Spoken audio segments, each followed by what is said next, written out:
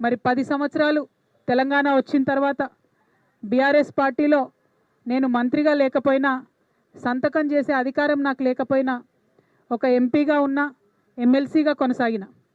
ఆనాడు చాలా సందర్భాలలో మిగతా అమరవీరుల కుటుంబాలకు ఎవరికైతే డబ్బులు అందలేదో వారికి ఇంకో రూపంగా డబ్బులు ఇవ్వాలని అంతర్గత వేదికల మీద అనేక సందర్భాల్లో నేను చెప్పడం జరిగింది.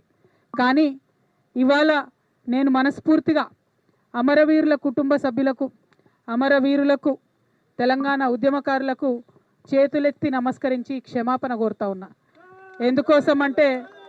ఎందుకోసమంటే ఆనాడు నేను మీకోసం కొట్లాడినా కానీ ఇంకా గట్టిగా కొట్లాడేది ఉంటుంది, సాధించుకునే వరకు మీకోసం కొట్లాడేది.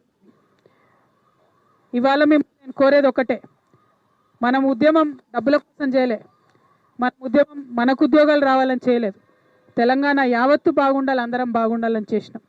కాబట్టే ఇవాళ ఇక్కడ ఈ పవిత్రమైనటువంటి గడ్డ సాక్షిగా, ఈ అమరవీరుల స్తూపం సాక్షిగా నేను ప్రమాణం చేస్తూ ఉన్నాను.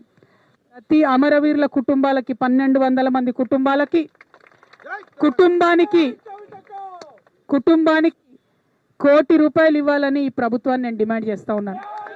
ప్రతి అమరవీరుల కుటుంబానికి ₹1 ఈ ప్రభుత్వం నుండన్నా ఇప్పిస్తాం, లేకపోతే ఈ ప్రభుత్వం మార్చి వచ్చే ప్రభుత్వంతోనైనా ఇప్పిస్తామని ఈ సందర్భంగా నేను అమరవీరుల కుటుంబాలకు వారి యొక్క పాదాల సాక్షిగా మీకు తెలియజేస్తా ఉన్నాను.